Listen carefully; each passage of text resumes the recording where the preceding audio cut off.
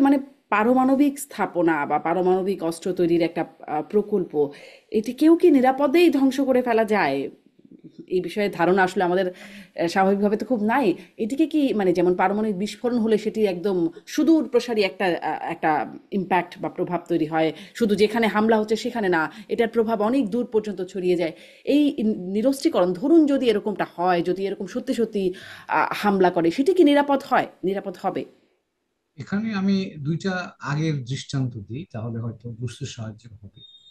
Iraq 70-এর দশকের শেষ বা 80-র দশকে তারা পারমাণবিক প্রকল্প চালু করে, এবং সেই প্রকল্পটার উদ্দেশ্য মোটামুটি এরকমই ছিল, যদি সম্ভব হয়। তখন সাদ্দাম হোসেনের আমল। ইসরায়েল কিন্তু 1981 সালে সেটাকে বোম মেরে ধ্বংস করে দিয়েছে। 2007 সালে সিরিয়া চেষ্টা করেছিল এরকম আরেকটা প্রকল্প হাতে নিয়ে এগোবার জন্য, সেটাকেও ধ্বংস করে দিয়েছে ইসরায়েল 2007 সালে।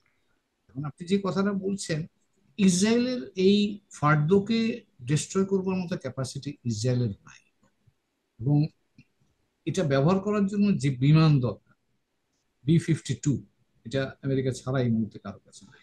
আর যে বোম, যে ব্লাস্টার, আপনার যেটা বলে, এটাকে ডিস্ট্রয় করার জন্য যে বোমা দরকার, এই বোমাটাও শুধুমাত্র মার্কিনীদের হাতে আছে।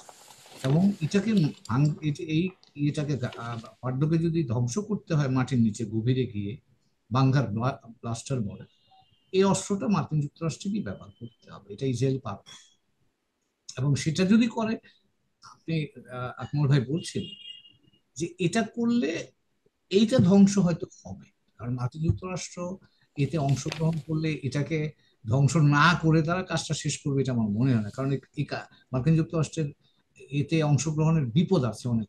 তার কারণ হলো, প্রায় 40,000 মার্কিন সৈন্য কিন্তু বিভিন্ন দেশগুলোতে, গালফের বিভিন্ন দেশে আছে, ইরাকে আছে, বাহরাইনে তাদের 7ম নৌবহরের ঘাঁটি আছে, সবচেয়ে কাতারে আছে। তাদের সবচেয়ে বড় এয়ার বেজ হচ্ছে কাতারে। তো কাজেই এখন এই ঘাঁটিগুলো কিন্তু খুবই অল্প ডিস্টেন্স, এবং ইরান ইরান যদি আক্রান্ত হয়, তাহলে মানে ইরানের জন্য তো এটা একেবারে শেষ পর্যায়ে, মানে তার হুম। সম্ভাবনা শেষ। তখন যদি ডেসপারেট হয়ে ইরান কিন্তু এগুলোর উপর আঘাত করতে পারে, এবং হরমুজ প্রণালী যেটা আছে সেই হরমুজ প্রণালীও কিন্তু বন্ধ করে দিতে পারে, যদিও তাতে করে ইরানেরও ক্ষতি হবে, এবং সেটা একটা ডেসপারেট অ্যাকশন হবে। এছাড়াও ধরেন এনপিটি সদস্য, ইরানের জন্য এনপিটি থেকে বের হয়ে যাওয়া, এটাও কিন্তু একটা অপশন হতে পারে যদি তারা ওইরকম ডেসপারেট হয়। এবং আহ, আমরা দেখেছি, সেটা পাকিস্তানের ক্ষেত্রে বলেন, উত্তর কোরিয়ার ক্ষেত্রে বলেন, একটা দেশ যখন ডিটারমিন্ড হয়ে যাবে তারা পারমাণবিক অস্ত্র তৈরি করবেই, আপনি যত প্রতিকূলতা তাদের সামনে রাখেন, এটা দিয়ে আটকানো যায় না। তার দৃষ্টান্ত বললাম তো, নর্থ কোরিয়া বহুকাল ধরে আইসোলেটেড, তারপরে কিন্তু পারমাণবিক অস্ত্র বানিয়েছে।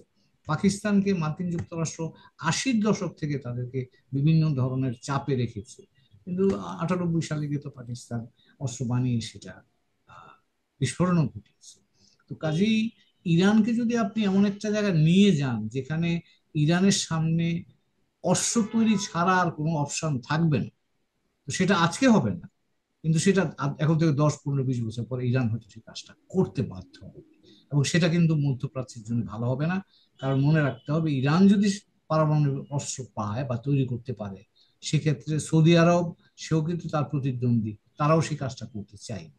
সৌদি আরব করলে ওর পাশে ইরাক করতে চায়, ইরাক আমি বলছি, তুরস্ক করতে চাই, ইজিপ্ট করতে চাই। তার অর্থ একটা আগামী দিনে মধ্যপ্রাচ্যে একটা বড় ধরনের পারমাণবিক আহ, মানে অস্ত্র প্রতিদ্বন্দ্বিতার সম্ভাবনা কিন্তু একেবারে উড়িয়ে দেওয়া যায় না। তো কাজেই এই যুদ্ধ শুধুমাত্র কূটনীতির মাধ্যমে যদি শেষ হয়, তাহলে এই ধরনের নেতিবাচক সম্ভাবনাকে হয়তো থামিয়ে রাখা যায়। তা যদি না হয়, যদি শক্তি প্রয়োগ করে হয়, তাহলে আমার ধারণা আমরা সামনের দিকে আরো বড় ধরনের জটিলতার আশঙ্কা